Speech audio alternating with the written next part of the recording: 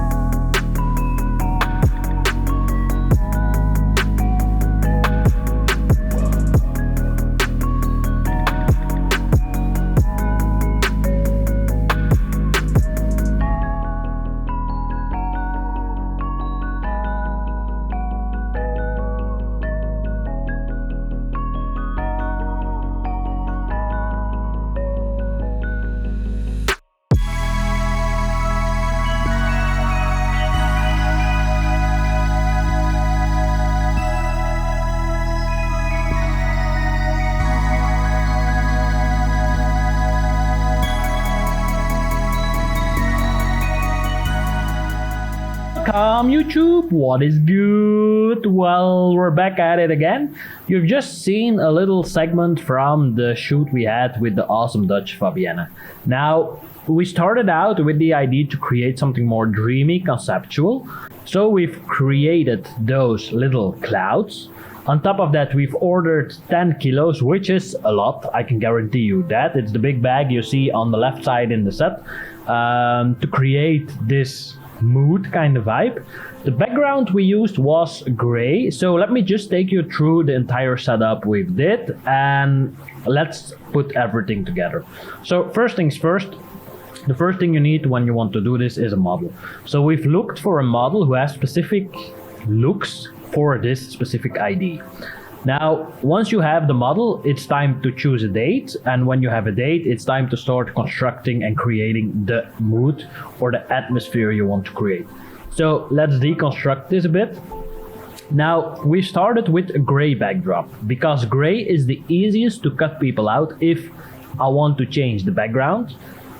Now, the clouds, which is something different, they were made from those Japanese, how do we call it? Lights which they hang up, and there we used a hot glue gun combined with cotton. You see my mom sticking them together on the lampoon. So, and those we hang up with fish wire, which is almost transparent, so you don't see them that much on the picture. We've decided to go for different variants in size, so not everything is the same. And then once that was done, my mom, she created a totally custom-made dress for the model, and I had an image in mind which was white, and the initial goal was to create a dress which we could extend with another fabric, but because when we were shooting it, the legs, the skin from the legs cuts or breaks the entire image apart.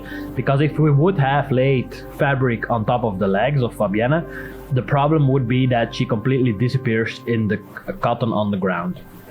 So that's one of the things. Now, nothing too crazy, nothing too complex, I think. So gray background, the clouds we've made so we don't have to shop them in post-production. And then once she was sitting down, we stacked some cotton next to her to create that idea that she's really sitting on a cloud. So that's the deconstruction of the set. Now, when we change over to the lighting of the set, that's something different. In total, we used 2 strobes, 2 Elinchrom ALC strobes, 500 wattage. So the one in the front, you've seen them on the footage before. The one in the front was the deep octa with just the 2 diffusion bevels attached to it. So one goes inside and another one goes in the front. We don't aim it straight to Fabienne, we try to aim it in front of Fabienne. So we feather the light, so not the harsh light will fall on her, but we are using an even softer light to create that more painterly look. So we don't want too much contrast in the image. Contrast we can always add in post-production, but to remove it in post-production is another story. So once we had that strobe set up in front of Fabienne, we had on the other side 2 V-flash, which are just 2 styrofoam boards, white, combined in an angle so that when they catch light, it just bounces it back out.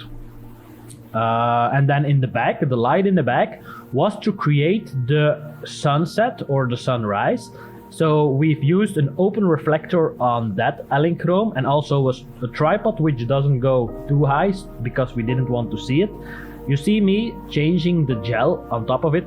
So we used some sort of CTO color correction gel to give it that little orangey feel in camera. The goal was, if I was to go for compositing, so cutting her out and pasting her in another scene, the goal was to make it easy and realistic to mimic the sun behind the clouds. So that's why we've used it. And the first thing I've tried, you've seen it, is I first placed it behind the model, but then because she's curly, all the little strays of hair will be lit, so it would be a mess to cut it out. So I've decided to move it a bit to the left and angle it slightly downwards so that the cotton on the floor gets lit, but not Fabienne herself. So on some images you will see a little accent light going on her, which is a little bit orange, so that's where that comes from. Now, if we deconstruct the retouching was done pretty easy because in camera the image was already nice. The only thing I've done in post-production is the normal things, so clean up skin, remove the little fish wires, even there were not that much, and then let me think, I made it a little bit more yellowish by using a gradient map, and I've added tons of contrast to create a little bit more of a punch in the image. Now, once you have one image retouched in regards of color and contrast, you can just copy and paste them in Photoshop without having any issues. The only thing is that when the light changes a little bit, you have to adjust each layer again. So that's something to keep in mind. The moment you have everything fixed, you can just keep on shooting and just copy paste the colors or the layer pack you've made in Photoshop on top of the image. So let me think, is there something else I have to tell you? No, we've explained the setting, we explained the build-up, we explained the lights. So that's about it. Now, I'm shooting tethered, so when I'm shooting tethered, I can immediately see the images I'm creating. We've also tried levitation with this, but that was big fail. It didn't work out because the difference between the bottom and where she would be floating was not high enough. Even for her, it was laying down and it was painful, so we didn't do that. So yeah, that's about it. Also in post-production, what I've done, now I remember, is I've taken a backdrop from Unsplash, which is a free stock site, and I searched for a sunset or sunrise image with clouds in it. I then put them on the layer stack, and then I just masked out where I wanted to have that little orange feel in the images. So nothing too crazy, nothing too funky. In retouching, like I said, it's nothing major that happened. I've used frequency separation in this one. So that's about it for this one. If you got questions, remarks, feel free to let me know them below. Don't forget to hit that bell notification button so you get informed when there's a new video up and running. And then I'll see you when I see you. Ciao, ciao.